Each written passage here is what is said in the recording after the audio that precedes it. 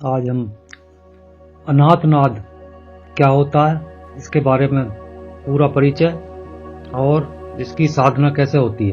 अनाथनाद जो है ये बहुत ही एक खास तरह का मेडिटेशन है। सबसे पहले जानें कि ये नाद म्यूजिक क्या है। जितने भी म्यूजिक बजते हैं जो आपस में टकराने की आवाज जो पैदा होती है जिनसे, उन्हें कहा जाता है आहत नाद। और एक ऐसा म्यूजिक जो बिना किसी टकराने से पैदा होता है उसे ही अनाथनाद कहा गया है।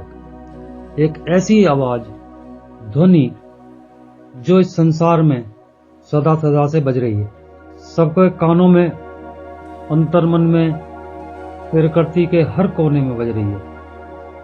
यह ध्वनि सृष्टि में हर जगह मौजूद है, हर जगह हर चीज में मौजूद है। एक सन्नाटे की आवाज, जहाँ कुछ भी नहीं है वहां एक खालीपन और सन्नाटे की आवाज लगातार चलती रहती है और बजती रहती है। इसी को अनाथनाद कहा गया है। एक ओंकार वो है जो हम शब्दों में उच्चारण करते हैं, और एक ओंकार है, यह किसी भी धर्म से संबंधित नहीं है। न हिंदू, न ईसाई, न मुसलमान, ये सारे धर्मों में एक समान मौजूद है। जब कुछ नहीं था उस समय भी ये ध्वनि थी, जब सब कुछ खत्म हो जाएगा तब भी रहेगी। इसलिए इस साउंड को लोग परमात्मा बोलते हैं। यह साउंड हम कैसे सुने और क्या लाभ है? जरा गहराई से सुनने में इसमें बहुत सूक्ष्म एक आवाज पैदा होती है, बारीक, सुंदर और मधुर, मीठी आवाज, ऐसी मधुर धुन जिसको सुनकर आप मस्त हो जाएं। इसको कैसे सुने और कैसे अभ्यास करें? ओशो ने इसे अनाथनाद कोई ध्वनि के बारे में बहुत कुछ बताया। अनाथनाद कोई ध्वनि नहीं है, ये निर्ध्वनि है, ये मौन है, लेकिन यह मौन सुना जा सकता है। इसे शब्दों में व्यक्त करना कठिन है, क्योंकि यह तर्क सम्मत प्रश्न है कि निर्ध्वनि कैसे सुनी जा सकती है। तो ऋषियों ने कहा है यह ओम की ध्वनि परमात्मा तक पहुंचने का माध्यम है, यह उसका ही नाम है। और यह आवाज और कुछ नहीं बल्कि अनाथनाद है जो हमारे भीतर होता रहता है। भगवान शंकर ने भी मन को लीन करने का सबसे कारगर उपाय इसी नाद को कहा है। अब इसका अभ्यास हम शुरू करते हैं। कैसे करा जाए? एक तो अभ्यास के लिए एक ऐसा स्थान तलाश करो जो कि बिल्कुल एकांत में हो, जहां बाहर की अधिक आवाजें न आती हों। आंखों पर एक काली पट्टी बांध लें। रात को या सवेरा होने से पहले कोई भी समय एक निश्चित कर लें। नित्य फिर उसी वक्त अभ्यास करना चाहिए। जो टाइम एक बार निर्धारित कर लें उसी वक्त बैठें। अपने चुने हुए कमरे में या तो आसन लगा लें, कोई आराम कुर्सी कर ले लें। जिस प्रकार शरीर को आराम मिले वैसी व्यवस्था कर लें। रुई की 2 डांटें, मुलायम सी डांटें बनाकर उन्हें कानों में इस प्रकार लगा लें कि बाहर की ओर की कोई भी आवाज भीतर प्रवेश न कर सके। चाहे तो इंटरनेट से डांटें आती हैं इसकी, उसे भी मंगा सकते हो। उंगलियों से कान को छेद बंद करके भी काम चल सकता है। अब बाहर की कोई आवाज तुम्हें सुनाई नहीं पड़ेगी।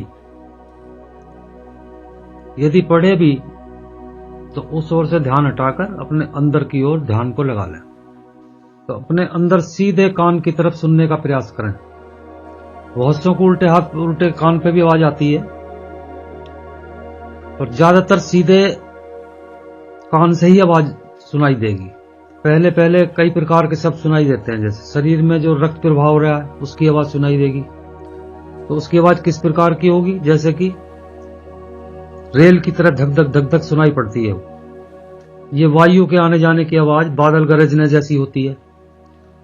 शरीर के रसों के पकने और उनके आगे की ओर गति करने की आवाज चटकने जैसी होती है। तो ये तीनों आवाजें जो हैं ये शरीर के अंदर की क्रिया हो रही हैं, उसकी हैं।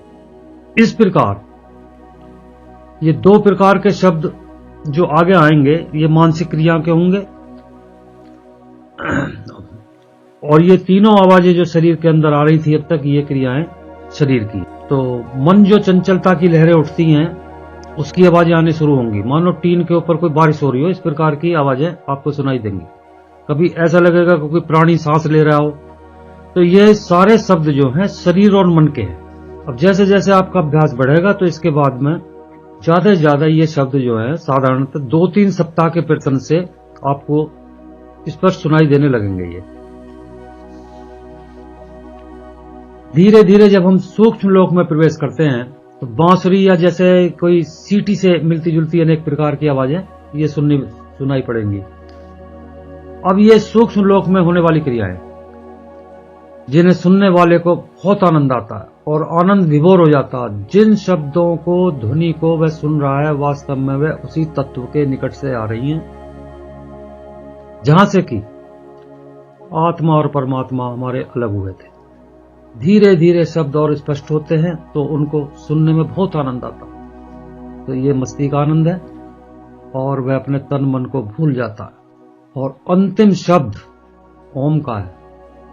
ये ध्वनि जैसे घंटे पर चोट होती है उसी प्रकार की होती है। इसी प्रकार ओम का घंटा शब्द सुनाई पड़ता है। तो इस अभ्यास के लिए दिन में एक बार 20 मिनट से लेकर 1 घंटा तक बैठना चाहिए। दिन में 2 बार करना हो तो 8 घंटे का समय बीच में जरूर दें। अब मैं यहाँ ये वीडियो को समाप्त करता हूँ और हमारा सहयोग आपके साथ सदा रहेगा।